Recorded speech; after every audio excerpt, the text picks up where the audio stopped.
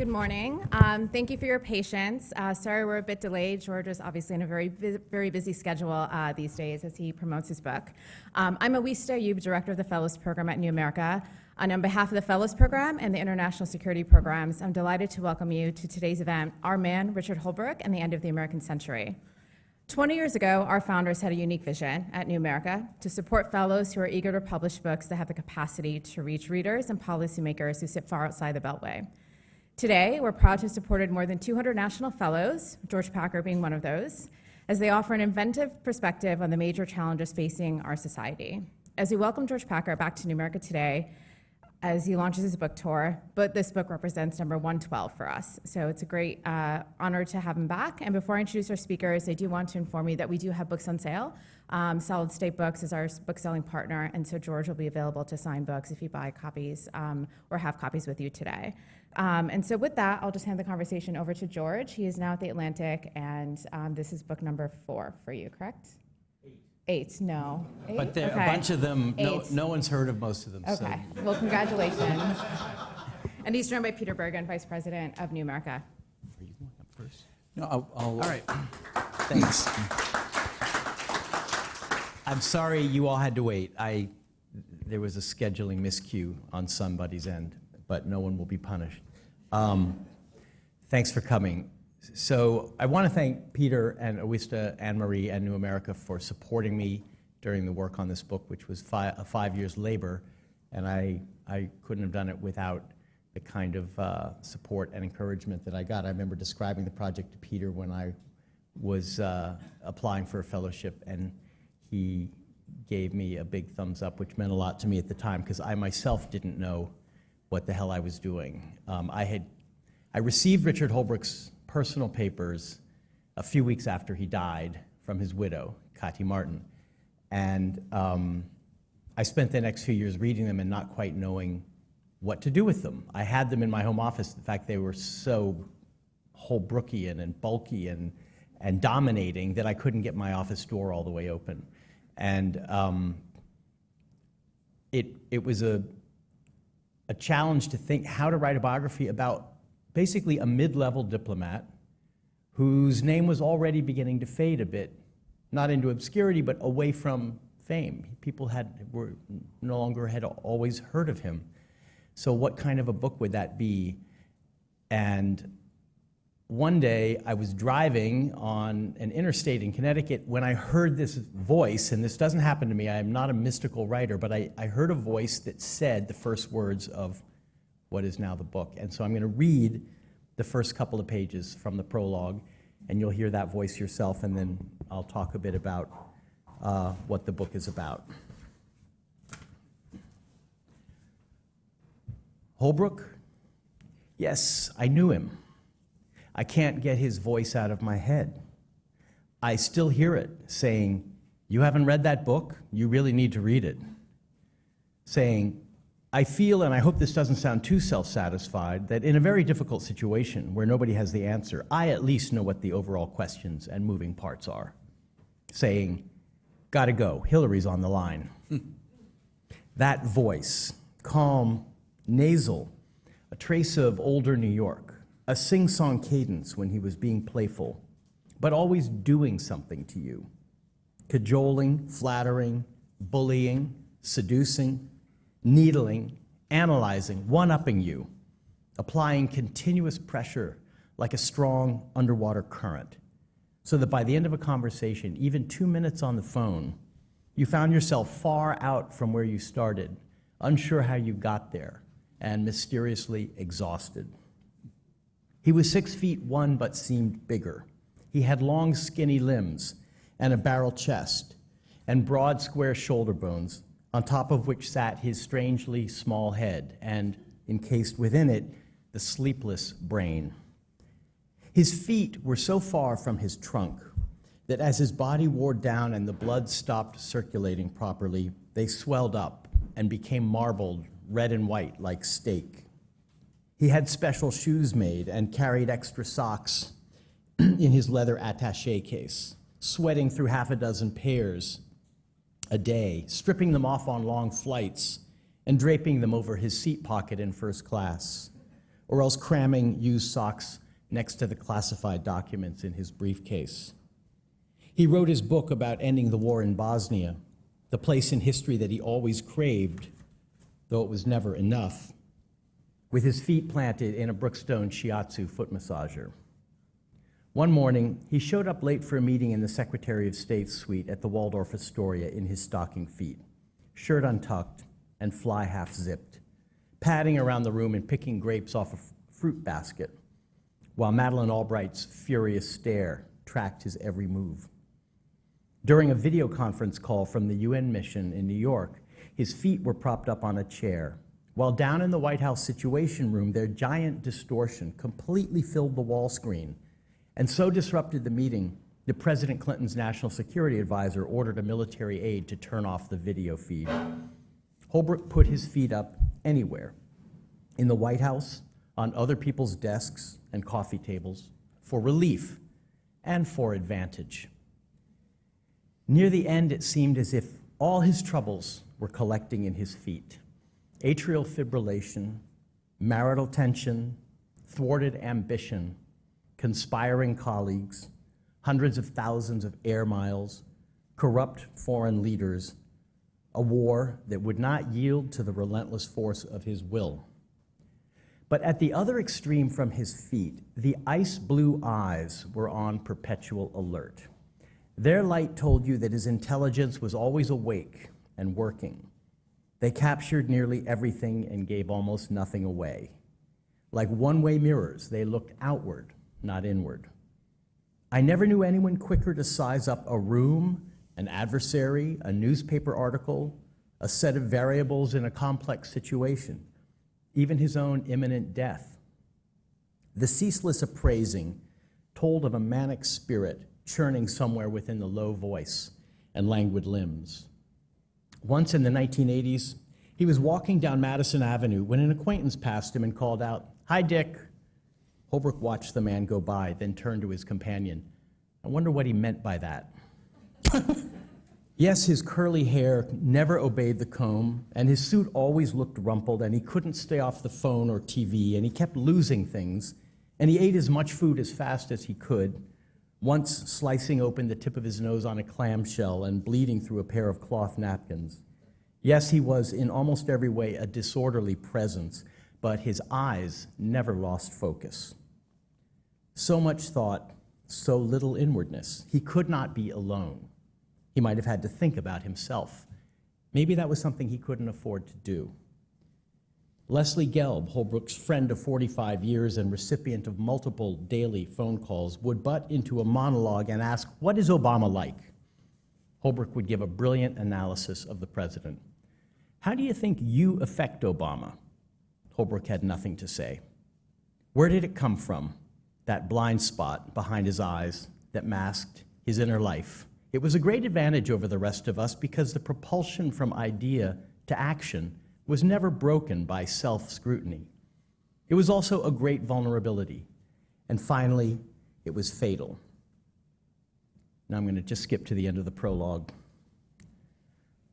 I'm trying to think what to tell you now that you have me talking.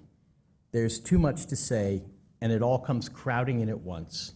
His ambition, his loyalty, his cruelty, his fragility, his betrayals, his wounds, his wives, his girlfriends, his sons, his lunches. By dying, he stood up 100 people, including me. He could not be alone. If you're still interested, I can tell you what I know from the beginning. I wasn't one of his close friends, but over the years, I made a study of him. You ask why? Not because he was extraordinary, though he was, and might have rivaled the record of his heroes if he and America had been in their prime together. Not because he was fascinating, though he was, and right this minute, somewhere in the world, 14 people are talking about him. No, I won't relate this story for his sake. We want to see and feel what happened to America during Holbrooke's life, and we can see and feel more clearly by following someone who is almost great, because his quest leads us deeper down the alleyways of power than the usual famous subjects, whom he knew, all of them. And his boisterous struggling lays up open more human truths than the composed annals of the great. This was what Les Gelb must have meant when he said, just after his friend's death, far better to write a novel about Richard Holbrooke than a biography, let alone an obituary. What's called the American century was really just a little more than half a century, and that was the span of Holbrooke's life. It began with the Second World War and the creative burst that followed: the United Nations, the Atlantic Alliance, containment, the free world. And it went through dizzying lows and highs until it expired the day before yesterday. The thing that brings on doom to great powers and great men, is it simple hubris or decadence and squander, a kind of inattention, loss of faith, or just the passage of years? At some point, that thing set in. And so we are talking about an age gone by. It wasn't a golden age. There was plenty of folly and wrong, but I already miss it. The best about us was inseparable from the worst. Our feeling that we could do anything gave us the Marshall Plan and Vietnam, the peace at Dayton, and the endless Afghan war. Our confidence and energy, our reach and grasp, our excess and blindness, they were not so different from Holbrooke's. He was our man. That's the reason to tell you this story. That's why I can't get his voice out of my head. So that's a bit from the beginning of the book. And I wanted to give you an overview of who he was and what he did. He essentially was a mid-level diplomat. He never rose to the top. He never reached his dream of becoming Secretary of State. And the reason was himself. The very qualities that made him a relentless negotiator with Slobodan Milosevic in the Balkans made him an intolerable colleague who created enemies everywhere he went. And in 1996, after Holbrooke's triumph at Dayton that ended the Bosnia War, he was up for Secretary of State, and Bill Clinton was really weighing him very carefully against Madeleine Albright, and finally went for Albright. And it's because Clinton told a colleague, I don't think he has the self-awareness to keep his relationships from becoming toxic. So Clinton read Holbrooke. Although Clinton also unleashed Holbrooke in the Balkans, he saw what Holbrooke, what his failings were, and those failings kept him from achieving his dream. It's a little hard to justify writing a 500-page book about a mid-level diplomat. He had his achievements, some of them quite significant, but what made me want to do this, and I hope I convey a bit of that in this prologue, is first his enormous character, which is outsized in every way and is equally endearing, maddening, appalling, and inspiring. And the best in him was inseparable from the worst in him. I don't think you can disentangle those qualities. If you cut out the thing in him that was destructive, you would probably cut out the thing in him that got things done. But the other reason for writing it is he embodied this era. His life was almost exactly coincidental with what I think of as the American century. He was born in 1941, the year Henry Luce coined that term. He died in 2010 in action in Secretary Clinton's office. He didn't die there, but he had an aortic dissection right in front of Hillary Clinton, the office that he had always wanted to occupy and had never attained. And that was in the middle of the Afghan war when Holbrooke was trying to persuade his colleagues that we needed to talk our way out of the war with the Taliban, which there was a lot of resistance to, as Peter knows, and which Holbrooke never achieved. He never won the trust of Barack Obama, and in fact, he won the dislike of Barack Obama, quite remarkable dislike, which I describe in detail in scenes in the White House and elsewhere. Obama and Holbrooke were exact opposites temperamentally, and Holbrooke didn't have that self-awareness to see that he was, in some ways, disgusting Obama with his flattery and his long-windedness and his lectures about Vietnam and history. And so Obama didn't want to listen to him and didn't listen to him. And Holbrooke, at the end, you could say died of a kind of broken heart, not because of Barack Obama, but because all his effort was not making progress, and he knew this was his last chance at the thing that he cared about, really the only thing he cared about, which was being in power and getting things done. And it was also a period when American power after the Iraq War was declining. American influence was declining. Our leadership in the world was no longer close to what it had been just 15 years before when Holbrooke negotiated the end of the Bosnia War, which I think of as the high watermark of the Pax Americana.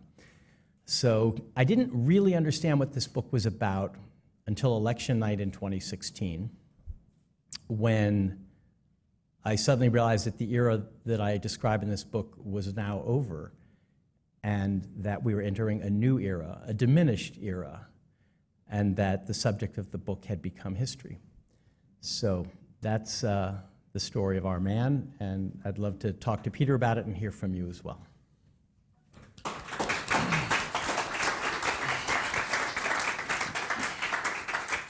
Well, first of all, Les Gelb was right. You did write a novel, in a sense. I mean, it's interesting that it doesn't have an index, so that means the Washington Read can't be accomplished by many people. In this I know. There are people who are annoyed with me for not having an index, and I understand why they're annoyed, but I want this book to be read from beginning to end because it was written to read like a 19th century novel, even though there are extensive notes and it's as scrupulously factual as I could make it.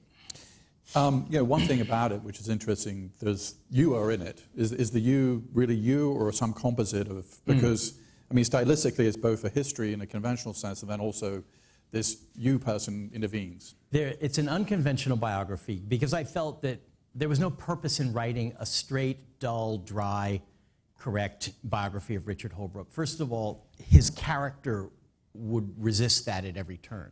Okay, he'd be breaking the boundaries of the book himself. And second, I didn't think there would be people who would really want to read it.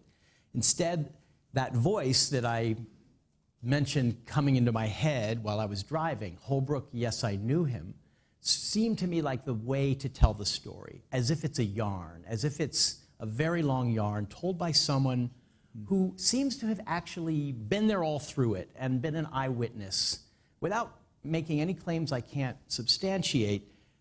It's not quite me, that narrator. It's someone older than me. It's someone who seems to have known Holbrooke and known the era in which Holbrooke was active. And I just thought I needed that in order to make it engaging and to do justice to the subject. And there's a you as well, who is the listener, and who there's not a constant reference to the listener, but every now and then the narrator talks directly to the reader as if you're hearing the story. The first chapter begins, do you mind if we hurry through the early years? Because I didn't want to belabor Holbrooke's elementary and high school education. They're really not that interesting to me or to the world. Most biographies force march you chapter by chapter through the life of the subject. I wanted the freedom to speed up the pace, to skip over things that weren't interesting, and to then plunge you as vividly as I could into the details of the things that were important and interesting, namely Vietnam, where Holbrooke began his career, Bosnia, where his career reached its peak, and Afghanistan, where his career ended. 3 wars. Well, 3 wars is I wanted to welcome the delegation from the War College here, who will have to leave at noon. Just thank you for being here. And since we're talking about wars, you wrote something which I thought was very interesting. Americans were pushing Vietnamese to build a new country, modeled loosely after ours, since they and we were brothers. But as long as we pushed, it wouldn't be their country. But if we stopped pushing, it would collapse, which seems a pretty good summary of so many of our efforts. So talk a little bit about how that was revealed in Holbrooke's career, and also what this means, because the subtitle is The End of the American Century. Right, so that's sort of the paradox of nation building and of counterinsurgency. We think we are helping them to build their own country, But the more we do for them, the less they do for themselves and are able to do for themselves. And maybe the more resistance we begin to generate.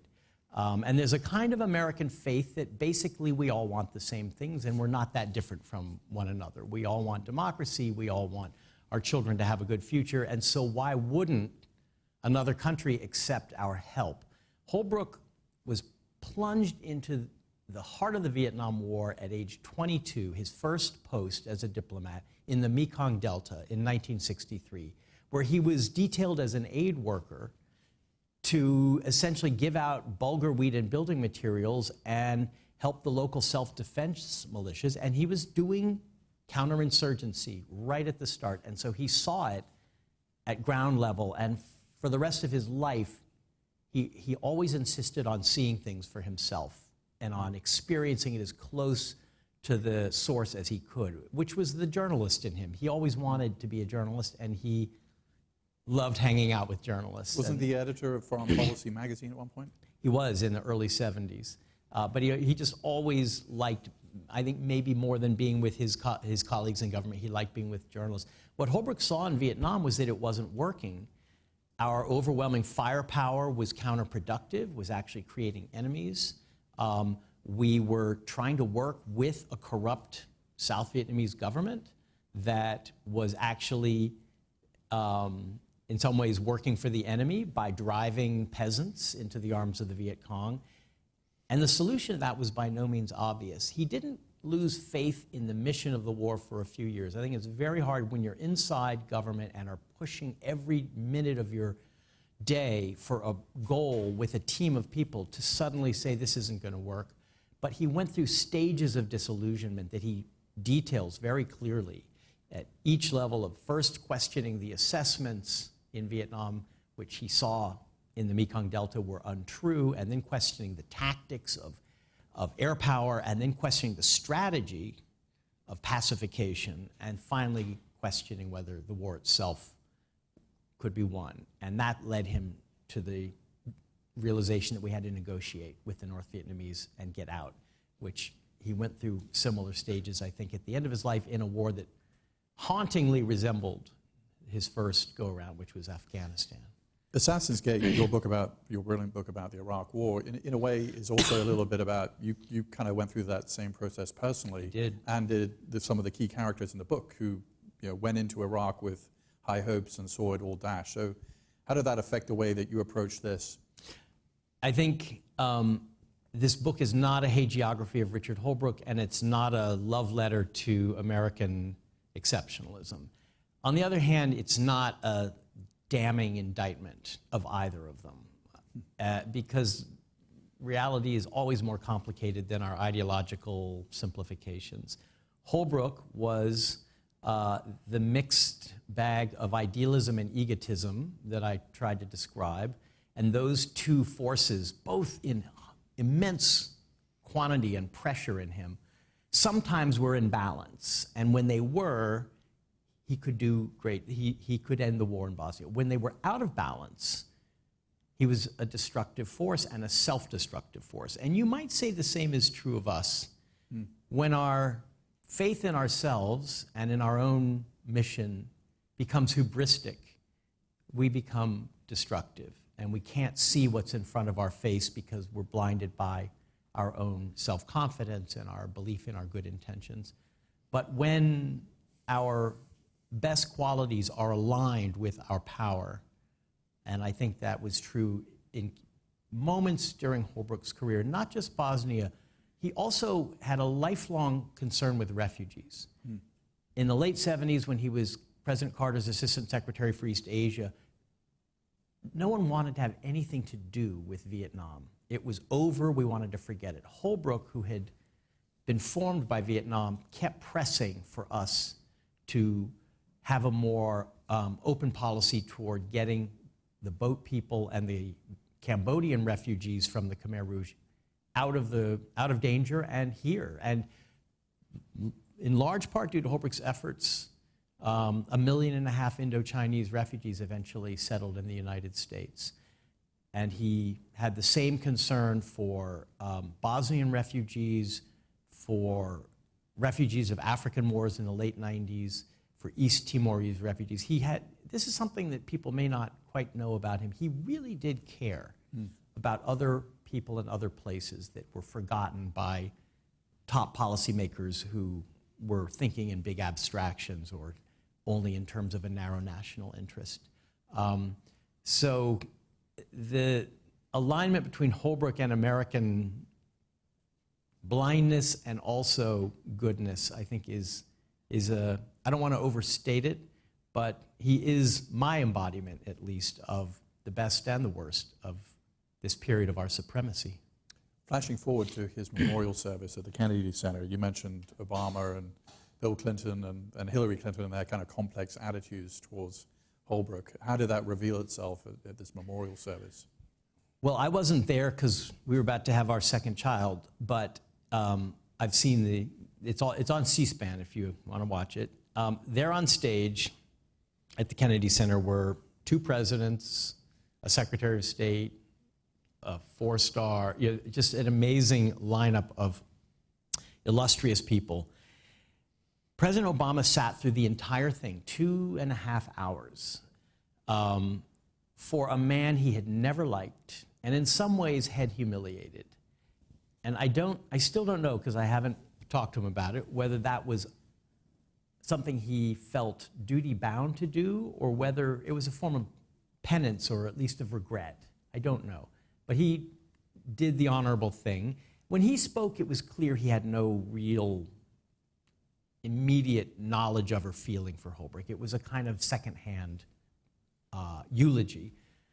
Bill Clinton got up and kind of poked Obama by saying, "I never understood anyone who didn't get him." He was a doer, and the people who didn't like him didn't do very much. And there are people walking around on the face of the earth because of the way he lived his life.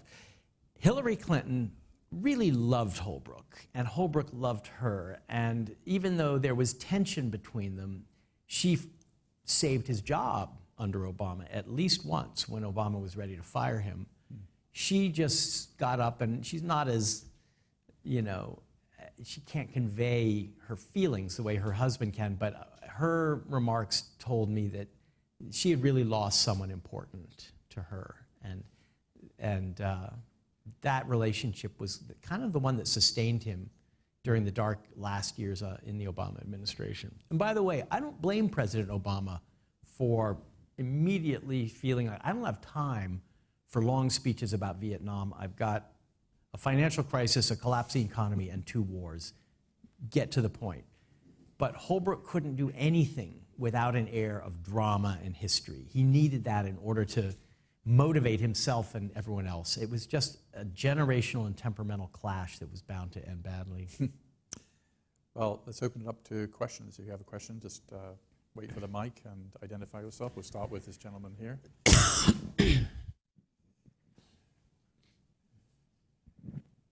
George, I'm David Rusk.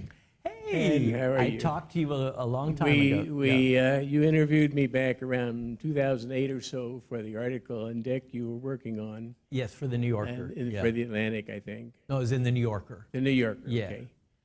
okay. I haven't seen Dick's brother, Andy, here. So I think that I can say very confidently that I knew Dick Holbrooke longer than anybody else in this room. He and I were literally each other's best friend in our senior year in high school.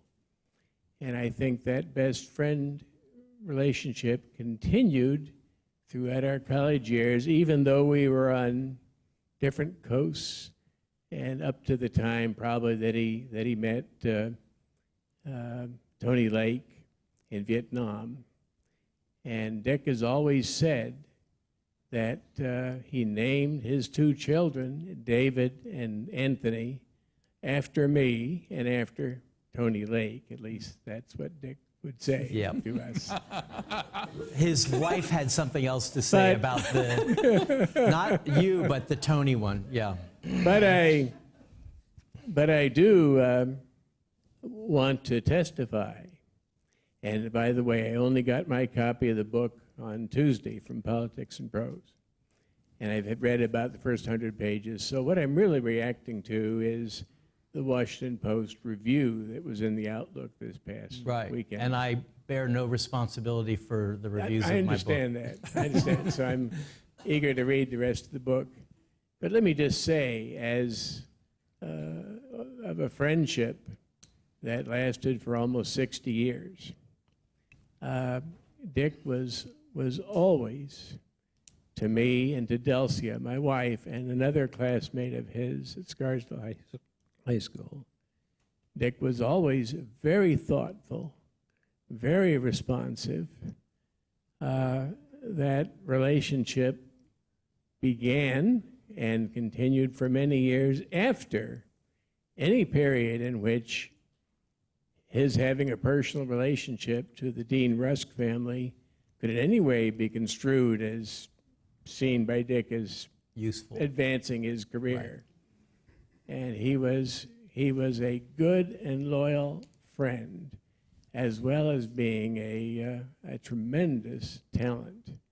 And I just want to give personal testimony to the folks in this audience about that on behalf of Dick's memory, perhaps to counterbalance some of the characterization of this report that appeared in the Washington Post review this past week. Thank you so much for coming, Mr. Rusk, and for saying all that.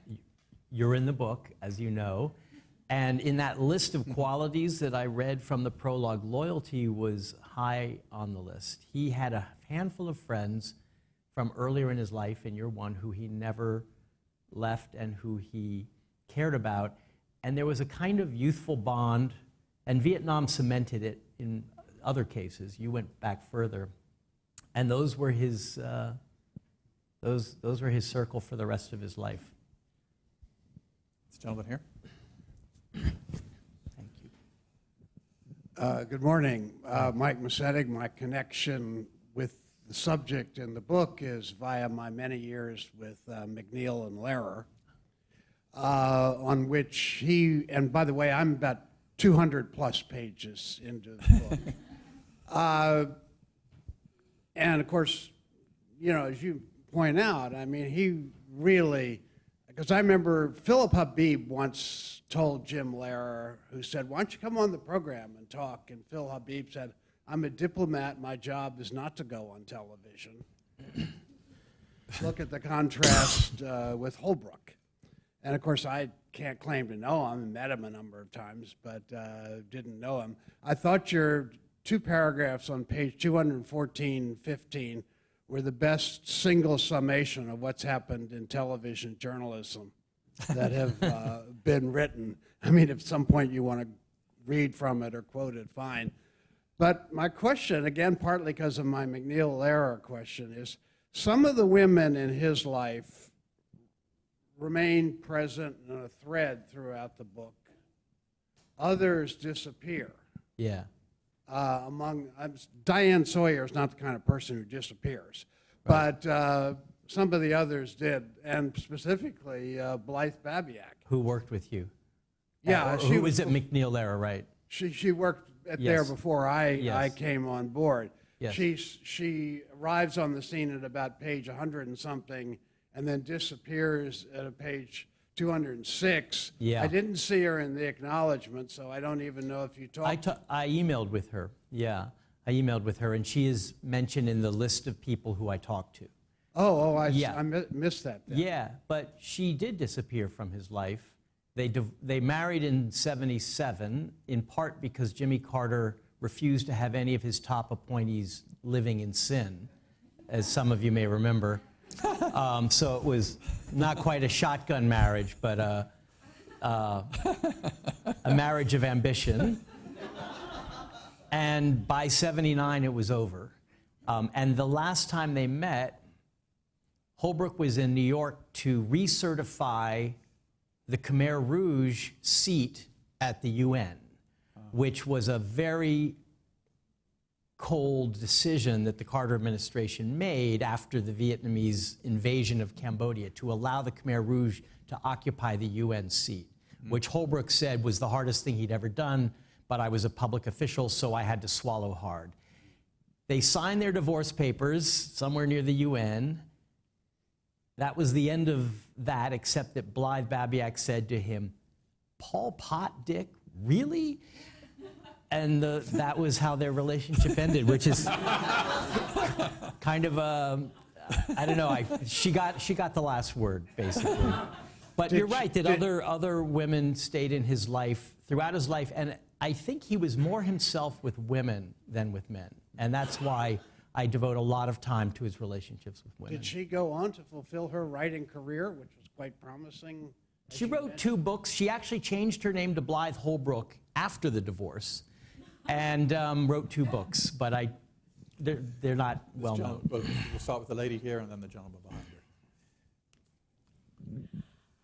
Hello, I'm Eleanor Bachrach.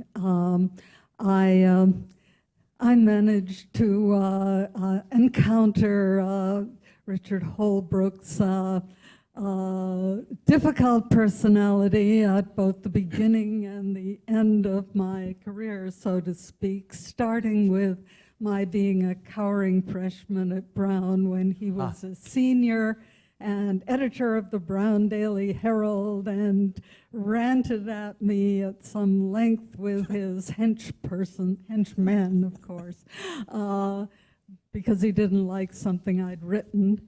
And then at the end, I was working for AID in Afghanistan, and he may have been a doer, but in this case, he ground everything to a halt. Yes.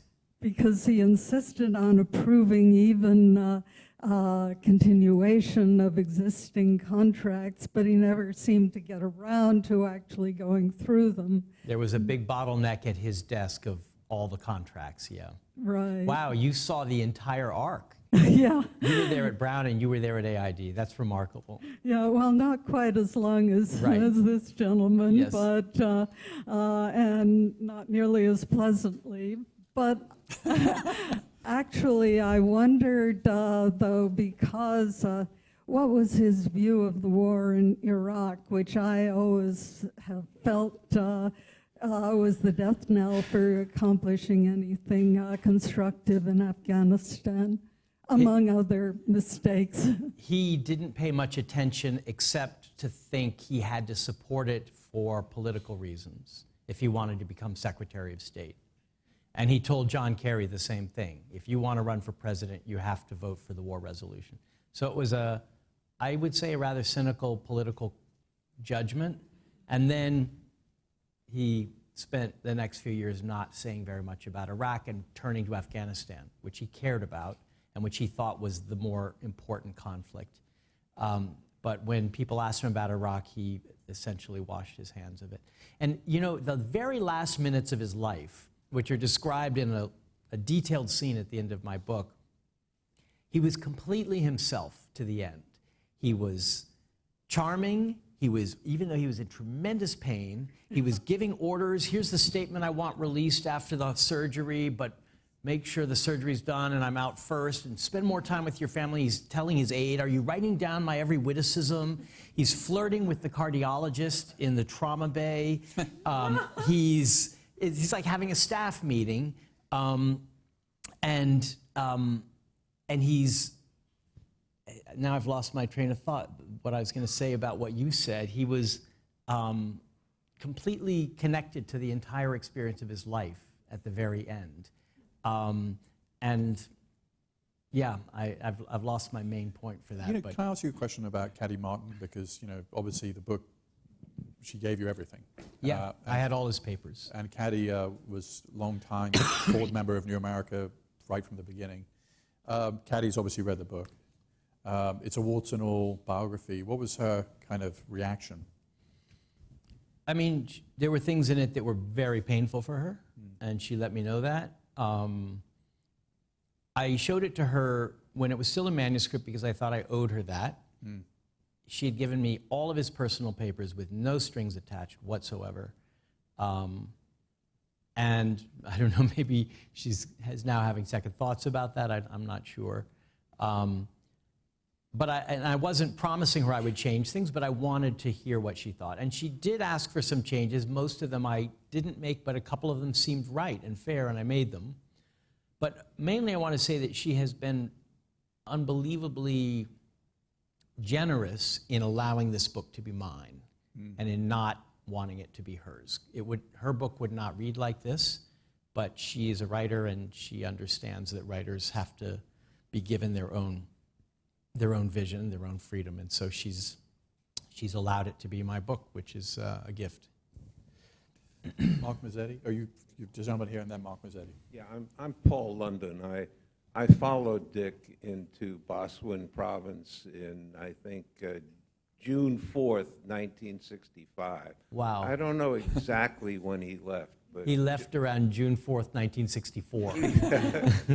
but you know, I have to sort of second this thing. Dick was a good friend for years. Not as you described, I was not one of his close friends, but my wife and I were always in touch with Dick, and he was always, I guess the word is a loyal friend. As I was reading, I haven't read a word of your book, but it's very evocative already because of the reviews, and I went back and I looked at that, I think, 2008 article that you had. It was a very long article in the New Yorker. But ignore that. I didn't know what I was talking about. The book knows what it's talking about. Well, it's very interesting in the sense that in Vietnam, and I think from what I read about his efforts in Afghanistan, we've always spent a lot of time trying to strengthen the central governments of these places, which may be sort of the roots of some of these problems we have, because the central governments don't have the reach of a lot of local people who I spent a lot of time with out there, especially with local merchants. And I just wondered if you'd comment about that. I mean, I was very surprised to read how much time he spent trying to strengthen this, you know, the Kabul government, which, you know, I think is a loser. I mean, he was actually trying to change the Kabul government. He went into his job determined to get rid of Hamid Karzai, and he was rather indiscreet about that. And Karzai figured it out really quickly. And Karzai knew how to maneuver in Afghan politics a lot better than Richard Holbrooke did. And he outmaneuvered him. He won by massive fraud, and Holbrooke could do nothing. And he became a kind of lame duck in Kabul. He had to turn to Pakistan because no one wanted him in Afghanistan. There's a lot of haunting things about that period because everything he was doing, it wasn't just focusing on high politics in Kabul where he failed. He was also working on agriculture and trade and the police corruption and all the range of sort of the non-military side of counterinsurgency, which is exactly what he had done in Vietnam. He had seen it fail in Vietnam. He was part of Accords. He was part of Blowtorch Comer's operation, and he saw it fail, so he knew that this was very unlikely to succeed, but it was the job he had, so he threw himself into it. Bob Gates would mock him in the Situation Room for thinking he knew something about wheat crops in Helmand Province, but this was Holbrooke doing what he had to do as the civilian. His main focus was on talking to the Taliban, and the rest of the administration, including Hillary Clinton, weren't going to go there. And so he was thwarted in the one thing that I think might have succeeded in Afghanistan. George, didn't he sort of make it the worst of all possible worlds by, A, encouraging lots of people to run against Karzai, then Karzai found out about it and Karzai won? Yeah, he would go around Kabul talking to all the Afghan politicians and telling them, you should run. And they took that to mean, you will be our guy. Yeah. We will support you. That's not what Holbrooke meant, but that's what it meant to them. And so Ashraf Ghani, who jumped into the race, and Abdullah, and a few other people. There were other Afghans who saw this as a trap and stayed out of it. It kind of exacerbated nationalism, and it backfired, and Afghans said, why is this American telling us who should be our president? And it may have helped Karzai in the end. It was a really clumsy, strange chapter in his life, as if he had lost something. He'd lost some touch that he had back in the Balkans. Mark Mazzetti from the New York Times. And back. Hi, George, I look forward to the book. And Thank you, Mark. Kind of on the subject of Afghanistan, I'm wondering, we'll see where the talks go right now with the Taliban, but do you think that Holbrooke would be able to accept and deal with the prospect of President Donald Trump ending the war in Afghanistan? What would he make of it? It would just kill him. I think it would kill him. Again, because, I mean, Trump represents the complete repudiation of everything Holbrooke believed in. Alliances, diplomacy, humanitarianism, America as a beacon rather than as a hammer or a snail withdrawing into its shell. And for Trump and Zalmay Khalilzad, who Holbrooke had some kind of rapport with, to be the ones to do, I mean, Holbrooke wouldn't have wanted anyone else to be the one, just him. I'm sure he had an image in his head of a table in some Middle Eastern principality with Karzai in his cloak and cap, and a Pakistani general in khaki uniform, and a Taliban with a beard and a turban, and Holbrooke in his suit, trying to end this war. I'm certain that image was in his head. But even if the Obama administration had decided to push talks at the height of the surge, which is what Holbrooke wanted, you don't talk as you're withdrawing, which we did in Vietnam. You talk when you're at your maximum leverage. I still think Obama would not have allowed Holbrooke to be the guy to do the negotiations. He didn't trust him. So it would be, the Trump era would be baffling and horrifying and painful to Holbrooke, and someone else getting that spot would be, in some ways, even more painful, I think. I mean, you knew him. What do you think, Mark? I didn't actually know him very well. I talked to him a couple times. Yeah. Some of my colleagues knew him far more. Yeah, you watched him. But I suspected that might be the answer, but figured you would, you captured it very well. Thanks. Okay, Sharon Burke, do you still have a question? It's related to this one. Okay, Sharon Burke in the back, and then. Mine's not related to this at all, but it'll be a quick detour, which is, I'm Sharon Burke, I work here at New America, and I'm a former mid-level government bureaucrat. And I was in the Clinton administration, the Bush administration, and maybe a high middle-level bureaucrat in the Obama administration. And Bob Gates never mocked me in the Situation Room, and Barack Obama's not going to come to my funeral even to be polite. So I'm really curious why you keep describing him as a mid-level bureaucrat, because having served around him, I would never describe him that way, never. Well, I said mid-level diplomat. Maybe that's a little too diminishing. He never got to the top. Assistant Secretary of State. How many Assistant Secretaries of State could the average person in this country name? Yes, in Washington he was huge, but in the grand scheme of history, I'd say his character and some of his achievements were far bigger than his title. And that's actually to his credit, even though it was his own excesses that kept him from rising. People are going to remember Holbrooke in a way they won't remember Warren Christopher.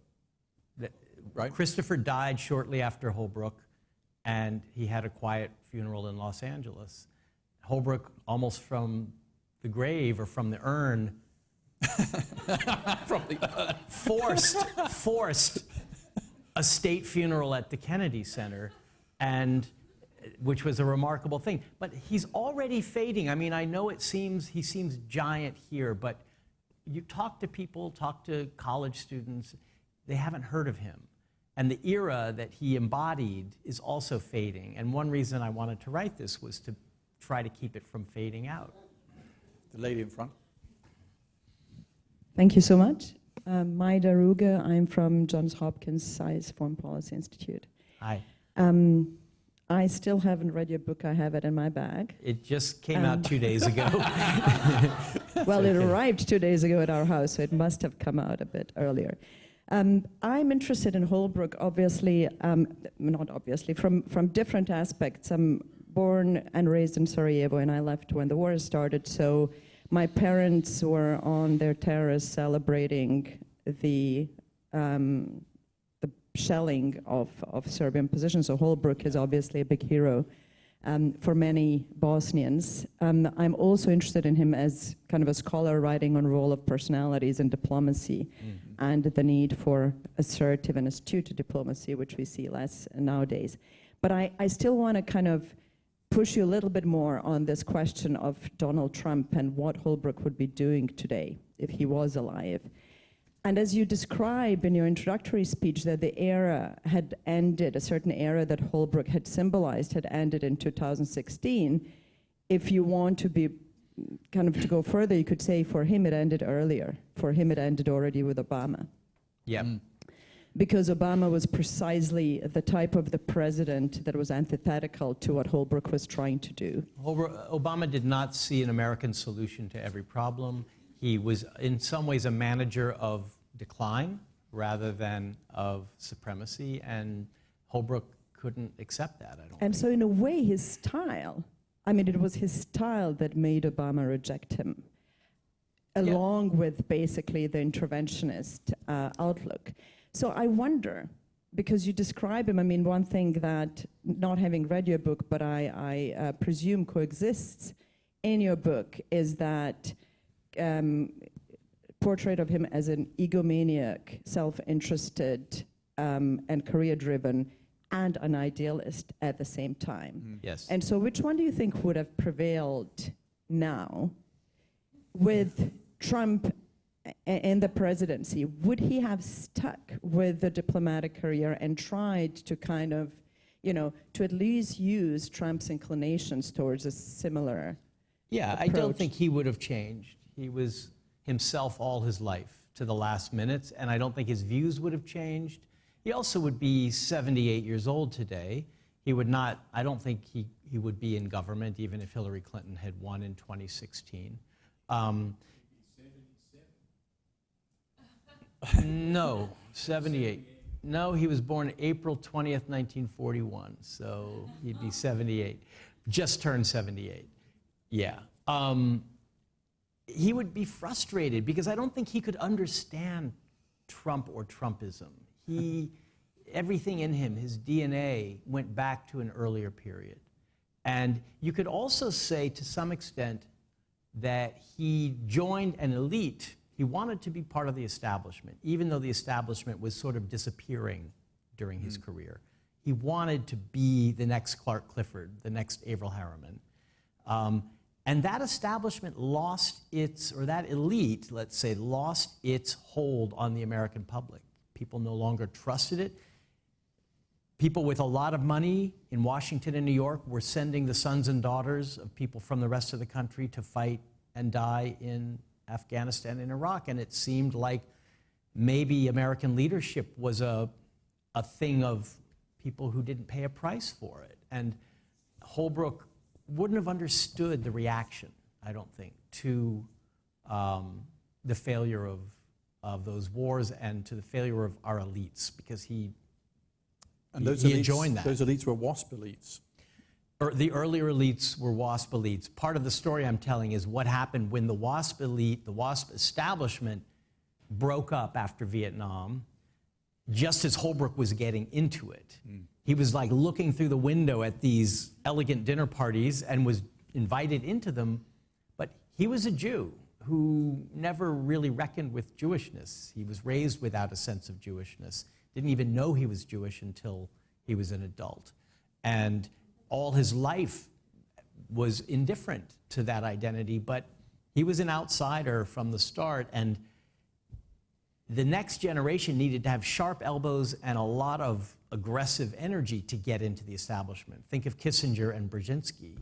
Holbrooke was more like that, and that was a rowdier and less to the manner born elite. And today, you know, the elite are somewhat discredited, and I don't think Holbrooke would be able to have a full understanding of how the country has changed since he was in his prime. Point out that both Kissinger and especially Brzezinski, who were the new American elite establishment, both really couldn't stand him and really undermined him. And vice versa.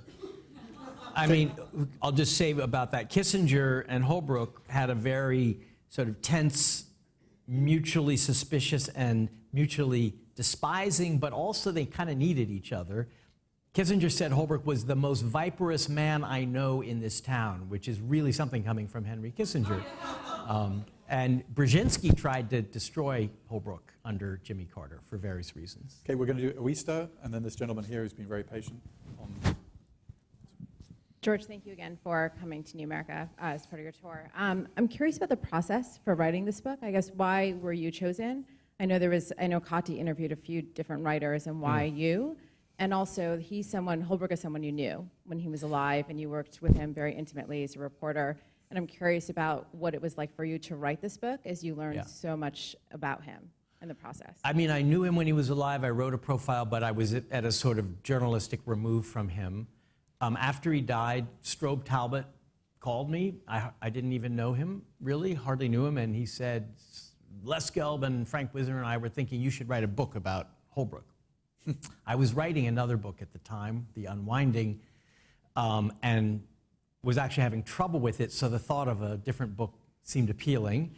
So I had lunch with Kati and said, would you give me his papers with no strings if I were to write a book? And she said, well, you're not the only one in line, but if you want them, I will give them to you. And I don't know why she chose me. You'd have to ask her. Within a week, a moving van with these huge black filing cabinets, 3 feet wide by 6 feet tall, was crossing the Brooklyn Bridge from Tribeca to Brooklyn. And these filing cabinets sat in my little home office for 7 years, blocking the opening of the door, like Holbrooke, just standing in my way, and kind of with a mixture of, who the hell are you to be reading my diaries and my notes about girlfriends and my audio thoughts during the Bosnian War, and also, what the hell is taking you so long to finish this book? And what took me so long was I needed to hear that voice say, Holbrooke, yes, I knew him, before I could start writing. This gentleman here has been very patient. George, hi, I'm Tim Lenderking from the Department of State. Hi. I was Holbrooke's director for Pakistan Yes. during the last 6 months of his life, and the position for which he interviewed me was one of the more unusual job interviews, the TV on, his back to me as we conducted a conversation on, world events. That's how we interviewed everybody. Exactly. Well, I mean, left me with the impression that, was he interviewing me for the job for which I was applying? But it was all good. It worked out. Yes. I want to just agree quickly with Sharon's point. I think characterizing him as a mid-level diplomat is just inaccurate. The senior positions that he had as UN Perm Rep, an ambassador, 2-time assistant secretary, those are positions that most of us are lucky if we'll get even one of those. Right. And they're, Senate confirmed positions. I won't use that small phrase matter, again. The broader point I wanted to make is those of us who work for him in his SRAP team, and I think I speak for a lot of others, and I know you've talked to many of our group, but we somehow felt that we had a kinder, gentler Holbrooke there toward the end of his life, and whether that was sensing his own mortality or his grandkids, or being chastened by some of these battles that he was having. He was a super loyal guy, and also very, very team-oriented. And he really treated those of us who he'd brought into his professional family, and I use the word family because sometimes it did feel like that. And that was an extraordinary experience. And so that staff meeting, the Monday or Tuesday after he died, where, Hillary chaired that staff meeting, and there were people in tears, and you really sense that there was incredible love, for this guy. And one thing that I really appreciate about him as a career guy is just the out-of-box approach. I agree, it had a certain destructive impact, but the way that he challenged all of us to don't play by the book, invent your own book, Break the rules. which I think was a great message, particularly for those of us who are growing up in that system, which is very risk averse in a lot of ways. And he did it 4 times. The same thing happened when he was Jimmy Carter's Assistant Secretary for East Asia, when he was Clinton's for Europe, and when he was UN ambassador. He created a team who remained loyal to him and to whom he remained loyal for the rest of his life, which bears on something I began to realize. The best place to be with Holbrooke was either below him or above him. If you are working for him and he has confidence in you, he'll be hard on you, but he will also give you great opportunities and pluck you out of one job and put you in another that should have taken 5 years, and because he didn't care about protocol. If you were above him, he never said a bad word about Barack Obama. He persisted in trying to win his trust. But if you were at his level, then you are in a dangerous position. You're a rival and a potential threat. And that's where people who came to really dislike him and to try to stop him are to be found, and I found many of them. Because in Holbrooke's metabolism, there just couldn't be someone else who might be crowding him out. He couldn't stand that, so he would crowd them out first, and he made many enemies, and they haunted him. Susan Rice haunted him. Anthony Lake haunted him. And I could go on, and it was not insignificant because they were often in a position to block his way. But I think you were in the best place.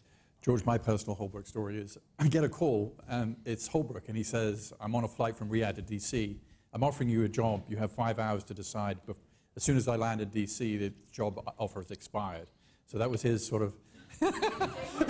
I said yes. I mean, what are you going to say no to Holbrooke? But I said, I have a few things to sort out. I've got this gig at New America and CNN. But in the end, then he died, and it was... Oh, that was at the end. Yeah. I didn't know that. Yeah. This gentleman here.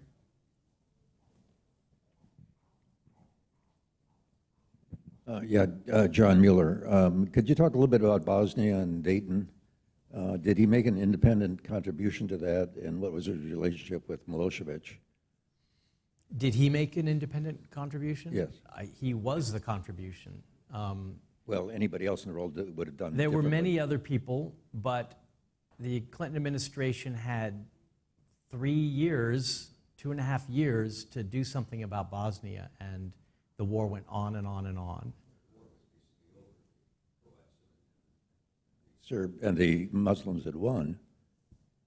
And No. Milosevic, who had been in favor of, an agreement for the years, battlefield had joined. turned against the Serbs, and Milosevic was trying to find a way out. And in Holbrooke, he saw his way out. And in Milosevic, Holbrooke saw the Serb that he could work with to end the war. But there was no guarantee that that war was going to end at Dayton. If you read the section of the book on Dayton, it was a cliffhanger. And there were a couple of moments when the whole thing was about to collapse. And who saved it? Milosevic. He was the one who really wanted this to end.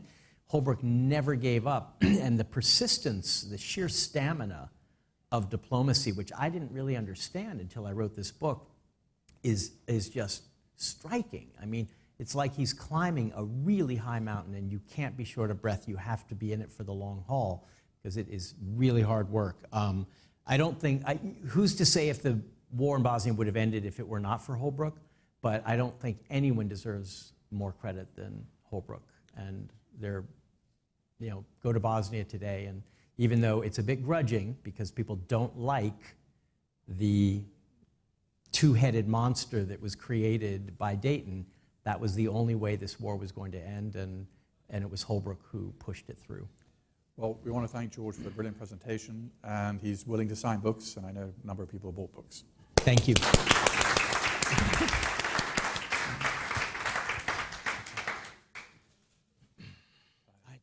don't know what happened with the timing, but my schedule says 11:30 on it.